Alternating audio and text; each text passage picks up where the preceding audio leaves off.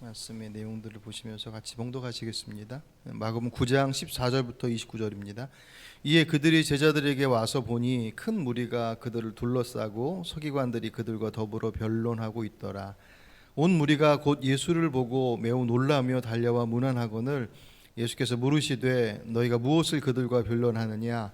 무리 중에 하나가 대답하되 선생님, 말 못하게 귀신 들린 내 아들을 선생님께 데려왔나이다. 귀신이 어디서든지 그를 잡으면 거꾸러져 거품을 흘리며 이를 갈며 그리고 파리해지는지라.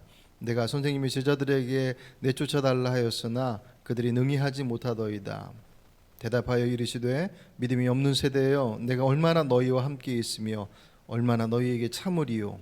그를 내게로 데려오라 하시매 이에 데리고 오니 귀신이 예수를 보고 곧 그 아이로 심히 격려를 일으키게 하는지라. 그가 땅에 엎드러져 구르며 거품을 흘리더라.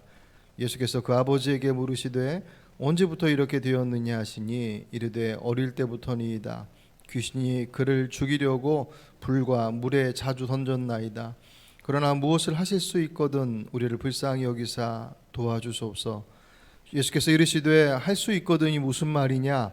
믿는 자에게는 능히 하지 못할 일이 없느니라 하시니 곧 그 아이의 아버지가 소리를 질러 이르되 내가 믿나이다. 나의 믿음 없는 것을 도와주소서 하더라. 예수께서 무리가 달려와 모이는 것을 보시고 그 더러운 귀신을 꾸짖어 이르시되 말 못하고 못 듣는 귀신아, 내가 네게 명하노니 그 아이에게서 나오고 다시 들어가지 말라 하시매 귀신이 소리 지르며 아이로 심히 격려를 일으키게 하고 나가니 그 아이가 죽은 것 같이 되어 많은 사람이 말하기를 죽었다 하나 예수께서 그 손을 잡아 일으키시니 이래 일어서니라. 집에 들어가심에 제자들이 조용히 묻자오되 우리는 어찌하여 능히 그 귀신을 쫓아내지 못하였나이까? 이르시되 기도 외에 다른 것으로는 이런 종류가 나갈 수 없느니라 하시니라. 아멘. 러시아의 우크라이나 침공이 시작될 때만 해도 우크라이나 대통령인 젤렌스키에 대한 그 평판은 그리 좋지 못했습니다. 미숙한 국정 운영, 코미디언 출신의 그리고 외교적인 어떤 능력도 판단도 떨어져서 결국 러시아의 침공을 불러왔다라고 하는 시각들이 많이 있었습니다. 초반에. 근데 그 전쟁이 지속되면서 그 젤렌스키 대통령에 대한 재평가가 이루어지고 있습니다. 여러분 뉴스를 보셔서 아시겠죠. 이렇게 그런 어떤 미숙함과 그 부족함들의 모습도 그의 모습이었겠지만 전쟁의 위기 속에서 드러난 그의 모습은 그 죽음 생사를 오갈 수 있는 그런 죽음의 위협 속에서 최고 통수권자로서 피할 수 있는 길이 제시되었음에도 불구하고 그것을 거부하고 국민들과 함께 끊임없이 소통하며 여기서 말하는 소통이라고 하는 것은 사실 생명을 걸고 목숨을 걸고 하는 일이지 않습니까? 본인들과 국민들을 독려하고 그리고 세계를 향해서 간절한 호소를 통해서 전쟁의 어떤 그런 방향들을 바꾸고자 애쓰는 그런 결기 있고 의연한 지도자로서 그렇게 인정되어지고 있습니다. 위기 상황이라고 하는 것은 모두가 다 그것이 우리를 사실 두려움의 자리로 내모는 것이어서 되도록이면 우리 안에서 우리 삶의 여정 속에서 없었으면 좋겠다라고 하는 것이 극히 자연스러운 생각이고 정말 그것을 위해서 기도하지만 그 위기의 상황은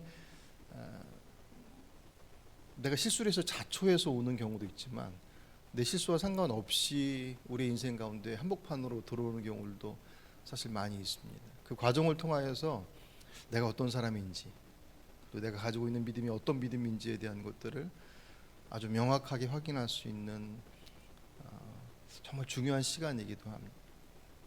그런 의미에서 오늘 본문의 말씀은 아들이 귀신에 들려서 언제 죽을지 모를 정도로 그렇게 까무러치는 그 모습 앞에 그 아버지의 심정이 어땠겠습니까? 차라리 모든 부모가 그러는 것처럼 차라리 내가 아프고 말지.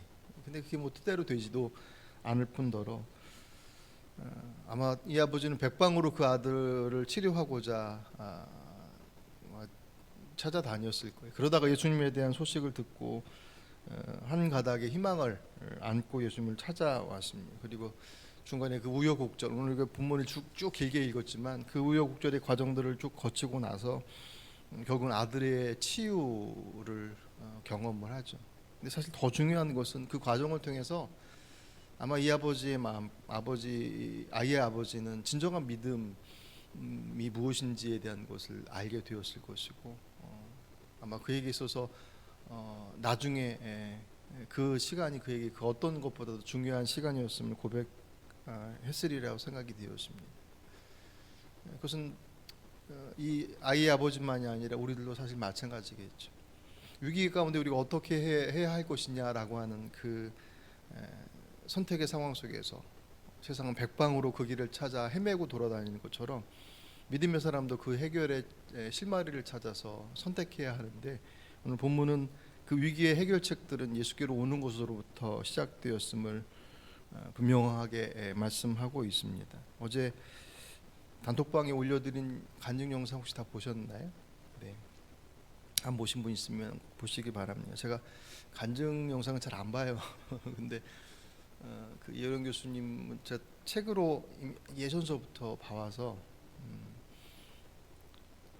그래서 좀 더 관심 있게 봤었는데, 어제 말씀드렸던 것은 그분이 주님을 만나게 됐던 게 그 딸의 실명의 위기 때문이라고 그랬잖아요. 그때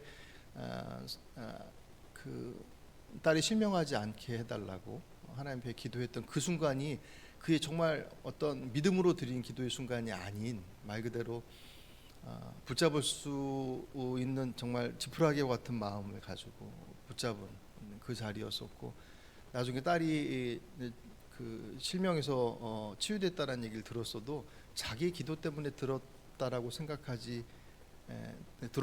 생각하지 않을 정도로 그의 마음은 그렇게 하나님 앞에 신실한 모습으로 다가가지 않았다라고 말씀을 하셔요. 그 신락 같은 그 희망을 가지고 내민 손을 주님께서 덥석 잡으신 거죠. 그 장면을 보면 우리의 그 내미는 손, 그것이 얼마나 견고한 믿음의 그 뿌리를 가지고 있느냐. 물론 그러면 뭐 더할 나위 없이 귀하지만 그 모습이 연약함의 모습일지라도 그분 앞에 손을 내미는 것, 그분을 바라보는 것, 그것만으로도 이미 우리를 향하고 계신 그분의 사랑의 크기, 그 사랑하심의 모습들로 우리를 붙잡아 주시더라라고 하는 것을 그 장면을 통해서는 더 깊이 보게 됐습니다. 근데 이효령 교수가 그 얘기를 하더라고요. 그 딸의 문제로 인해서 하나님 앞에 그 서원 기도를 하기 이전에 이미 자신의 인생 가운데 깊은 공허함을 경험했다. 그 간증에서도 그 얘기를 하시죠. 자신이 그렇게 추구해왔었던 명예와 지식과 그 모든 지금도 여전히 쌓아 가지고 있는 그것들이 어느 한순간 그 깊은 나락 속에 들어가서, 그렇다고 해서 무슨 큰 일이 있는 것도 아닌데 인생이 너무 허무하다라고 하는 것을 경험하고 나서 그 경험의 자리 가운데 딱 던져지고 나니 자기가 이루고자 하는 것들이 얼마나 허망한 것인지를 알게 됐더라는 거예요. 근데 알아도 그것을 해결할 길이 없는 거예요.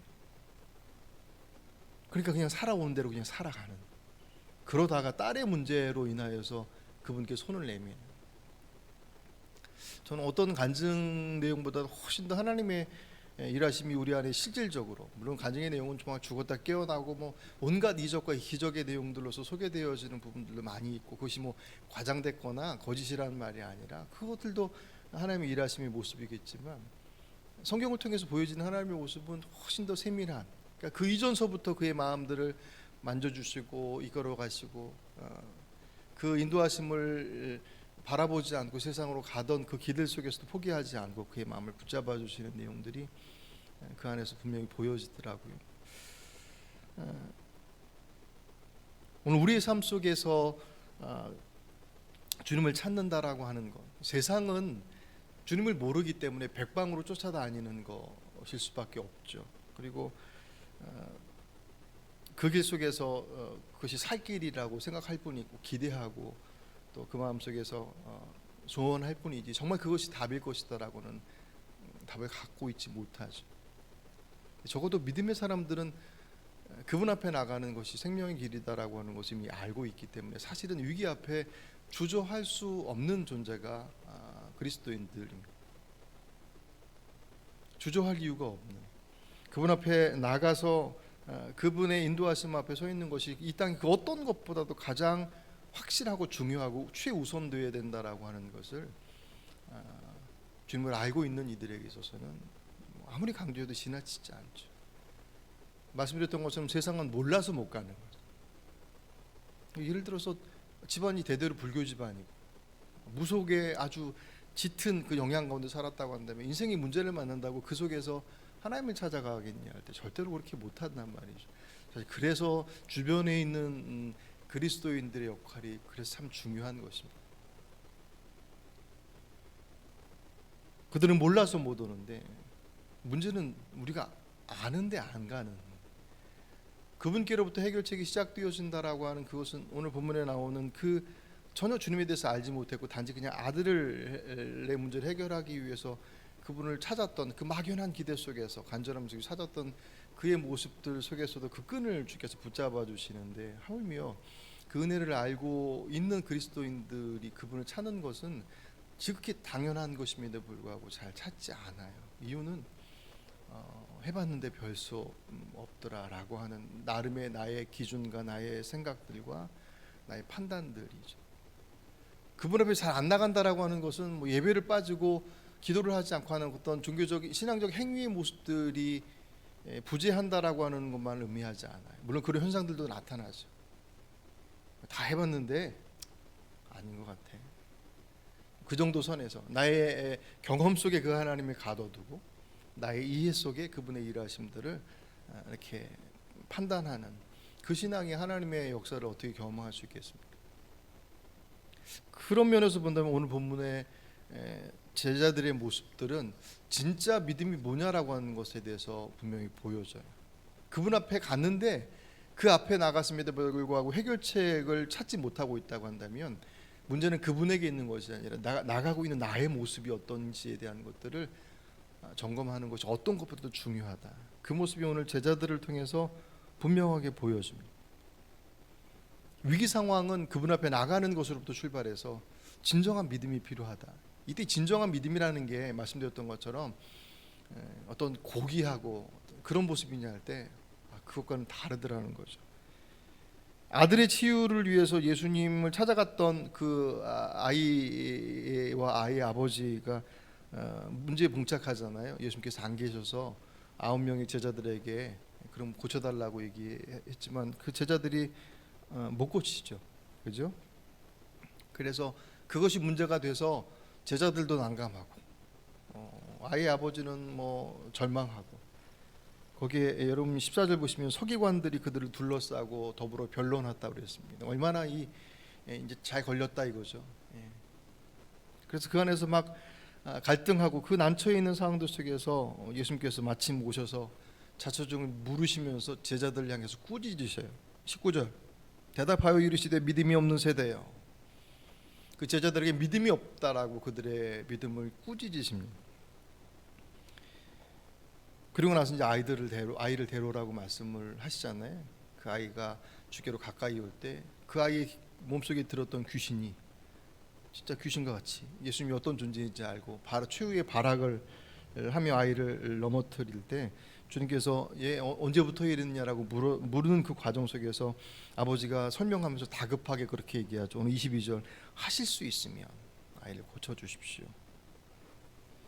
아마도 아버지의 마음이 많이 혼란스러웠을 거예요. 처음 예수님을 찾아왔을 때 예수님이 안 계셔서 제자들만 있을 때 9명의 제자들이 둘러싸고서 분명히 기도하고 뭐 치유를 했을 텐데 고치지 못하는 상황들을 경험하면서 아버지의 마음 가운데는 아마 낙담하는 마음도 있었을 것이고, 뒤늦게 예수님께서 오셔서 아이를 데려오라고 말씀하시는 그 말씀 그 들었을 때 할 수만 있으면 좀 해주십시오라고 하는 그것이 그 고백의 그 요청이 믿음으로써 드려진 요청일 수 없죠.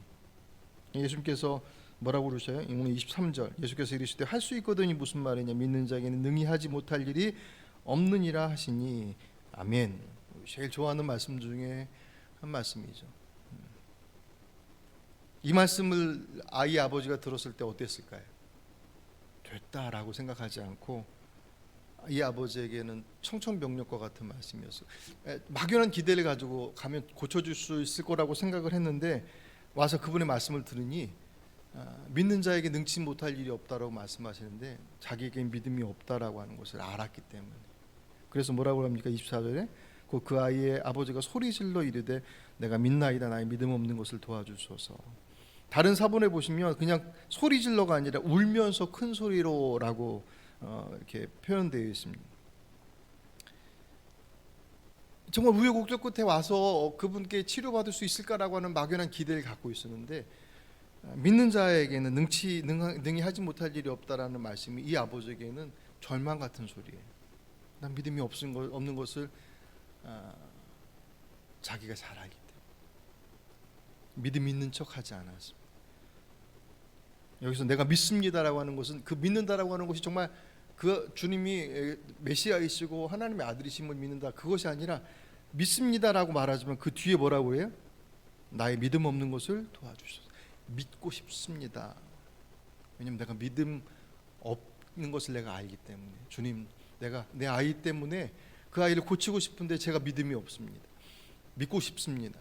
주님 도와주십시오 라고 하는 그 절박한 외침을 주님 앞에 쏟아놓습니다.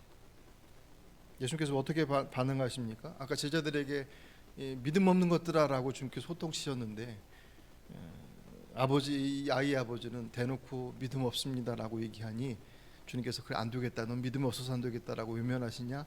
그렇지 않고 그 자리에서 귀신을 쫓아내시고 아이를 낫게 해주시죠. 이 장면을 보면서 참 묘한 대비가 되는 거예요. 제자들은 믿음이 있다고 생각했고 아버지는 믿음이 없다고 생각했는데 주님께서는 제자들에게 믿음 없다라고 말씀하시고 믿음 있다고 생각했던 그들에게 믿음 없다라고 말씀하시고 믿음이 없다고 얘기하는 그에게는 어쨌든 그를 통하여서 주님께서 그 아버지의 아이를 고쳐주시는 모습을 통해서 진짜 믿음이 뭐냐. 제자들이 분명히 이 아이를 놓고 9명이서 둘러서 뭔가를 했을 거 아니에요, 그죠? 치유하기 위해서 뭔가를 했을 거예요. 왜냐하면 이 제자들은 이미 이전에 둘둘씩 짝지어서 전도여행 보냈을 때 병고침의 기적들 이미 체험했어요. 그때는 예수님 없이도 체험했던 사람들이었습니다. 아마 그들은 9명에서 둘러싸고 나서 충분히 할 수 있을 것이다라고 생각을 하고 그 일들을 진행을 했을 것이에요. 근데 오늘 본문 끝부분에 보시면 29절에 이르시되 기도 외에 다른 것은 이런 종류가 나갈 수 없느니라 하시니라. 기도 외에는 이런 종류 나가지 않는다. 그러면 제자들이 처음 예수님 계시지 않을 때 이 아이를 데리고 왔을 때 제자들은 이 아이에게 어떤 행위로서 귀신을 쫓아냈을까요? 기도하지 않았을까? 기도했을 거예요. 근데 예수님께서 기도 외에는 다른 것이 이런 종류 나갈 수가 없다고 말씀하실 때 그 기도의 모습은 기도의 행위가 없었다라는 게 아니라 제자들도 예전에 둘둘씩 나가서 쫓아냈는데 이제 9이나 되는데 충분히 쫓아낼 수 있을 거야라고 그들 나름의 믿음이 있었을 거란 말이죠. 그죠? 기도의 행위도 있었고 나름의 믿음도 있었음에도 불구하고 그 안에는 아무런 일도 일어나지 않았어요. 왜냐하면 믿음이 무엇이기에 그들이 믿었던 것은 주님 그분이 아닌 그들이 이전에 아이들을 고쳤었던 그 아이가 병든 사람들을 귀신 들린 사람을 고쳤었던 그들의 옛 경험 둘둘씩 짝지어서 나갔을 때 그때 그 하나님의 놀라운 기적을 체험했었던 그때의 그 모습이 이 아이를 둘러싸고 기도했던 제자들의 믿음의 대상인 거예요. 그때는 됐는데 왜 지금은 안 되느냐? 그때는 정말 주님만을 믿었기 때문에. 왜냐하면 그때는 처음 주님과 떨어져서 둘둘씩 나갔던 거예요. 늘 예수님 곁에서 주님께서 고쳐주시는 것만 봤지 그들 스스로가 뭔가를 능동적으로 했던 적이 없었는데 처음으로 둘둘씩 짝져 보내시면서 주님께서 사명을 주셨을 때 그들이 그 안에서 그 놀라운 기적들을 체험하면서 얼마나 놀랐겠어요. 자기들 스스로가 놀라지. 얼마나 처음엔 두려웠겠습니까. 예수님 없이 우리가 어떻게 할 수 있을까라고 하는 그 생각 속에서 정말 주님만을 바라보면서 기도했지 않겠습니까? 그때 그들은 정말 주님만을 의지했던.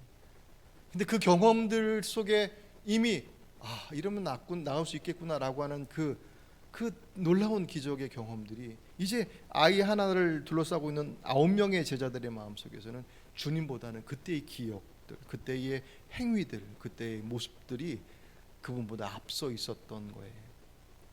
그것의 가장 적절한 예가 아이성 전투에서 보여집니다. 여리고성 난공불락의 성이라고 하는 그 성을 단 7일 만에 손 하나 대지 않고 무너뜨렸던 그 놀라운 기적을 체험했던 그들이 아이성 그 성을 함락하기 위해서 3천 명이 올라갔다가 쫓겨서 내려오지 않습니다. 난공불락의 성을 넘어뜨렸을 때 그들이 의지했던 건 철저히 주의 말씀 앞에 철저한 순종이었습니다. 아이성으로 올라갈 때 그들의 모습들은 여리고성을 넘어뜨리고 난 이후에 그들 안에 대단한 자신감, 주 앞에 묻지도 않아요. 3천 명쯤 올라가면 될 것 같아요. 3천 명 올라가면 된다고 얘기했더니 3천 명 보냈습니다. 그들이 의지했던 것은 더 이상 여리고성을 돌 때 의지했던 하나님이 아니라 그 성을 넘어선 자신들의 경험과 자신들의 이해였죠. 제자들이 딱 그 모습이었습니다. 우리에게서 믿음은 우리의 믿음의 여정들 속에서 경험한 수많은 하나님의 은혜의 것들이 정말 중요한 것이 맞지만 우리들의 삶의 생명의 자리로 이끌어 가시는 것은 우리들의 경험이 아닌 바로 그분 앞에 있음에 대한 것들을 분명하게 우리 안에서 기억하지 못한다면 우리는 옛 것들을 자꾸 붙잡아요. 그게 더 선명해 보입니다. 반면에 믿음이 없다고 했던 아버지는 그 아버지의 그 간절함을 통해서 주님께서 고쳐주시잖아요. 그것은 무엇을 얘기하냐면 진정한 믿음이라는 것은 내가 믿음이 없어요. 아이를 고칠 수 있는 능력도 없어요. 내게는 그것을 행할 수 있는 믿음도 없어요. 주님, 나의 믿음 없음을 도와주십시오라고 그분 앞에 나의 연약함을 인정하고 구하는 것이 진정한 믿음이더란 말이죠. 그래서 묘하게 이 둘의 모습은 대비가 되었습니다. 그 위기의 상황 속에서 이 아이의 아버지는 그 상황들 때문에 물론 아이를 고치기 위한 방편으로서였겠지만 그 시간이 그에게서는 아이를 고치는 것은 물론이거니와 진정한 믿음이 무엇이냐라고 하는 것을 그가 알고 아마 붙잡았을 거예요. 제자들에게 있어서도 아마 이 시간은 그들에게 있어서 믿음이란 이런 거구나라고 하는 것에 대해서 다시금 생각하게 되었던 분명한 기회가 되지 않았겠습니까? 오늘 이 말씀 앞에 우리가 가지고 있는 우리 각자의 개인의 위기라고 지칭되어지는 문제들 앞에 섰을 때 이 두 가지 모습을 그대로 적용시켜 볼 때 내가 정말 예수 앞에 나가고 있느냐, 무슨 얘기냐, 평생을 예수를 믿었는데 그렇다고 한다면 내가 그 예수 앞에 나가서 내가 무엇을 믿음으로 구하고 있느냐, 그 믿음이 정말 그분을 바라보고 있는 진정한 믿음이냐, 아니면 내 이전에 정말 귀한 경험이죠, 나를 살리셨고 나를 인도하셨고 나를 이끄셨던 그 놀라운 경험들, 중요한 것은 그 경험들 속에서 나를 이끄셨던 그분을 다시금 내 삶의 여정 속에서 붙잡지 않는다고 한다면 아무리 죽었다 깨어나는 이적과 기적이 내 안에서 경험됐다 할지라도 그 일하셨던 주님이 내 지금의 삶 속에서 경험될 수 없습니다. 오늘 여러분들이 가지고 나온 기도의 제목들 앞에 주님, 저희 믿음이 이 아버지와 같은 그런 믿음으로 우리들의 삶의 여정들이 세워져 가기를 원합니다라고 기도하시길 바랍니다. 꼭 여러분들이 주 앞에 기도함에도 불구하고 그 여정들 속에서 그분의 인도하심의 모습들이 여전히 희미하다고 한다면 나의 모습이 꼭 제자들과 같은 모습들로서 주님 아닌 다른 것들을 의지하고 있지 않은지를 점검해 보십시오. 만약 그렇지 않고 정말 그분을 붙잡고 있다고 한다면 오늘 주님께서 믿음 없음을 인정하고 진정한 믿음으로 찾아온 것이 아니라 아이에 대한 절박한 마음을 가지고 자신의 믿음 없음을 인정하고 도와주십시오 하고 하는 그의 기도를 들으셨다고 한다면 그분을 나의 주로 고백하고 그 인도하심을 구하는 자녀의 기도를 어찌 외면하시겠습니까? 틀림없이 가장 온전한 길로 인도하실 것들을 기대하시고 기억하시고 기도하시는 오늘 이 저녁이 되시길 주의 이름으로 축복합니다.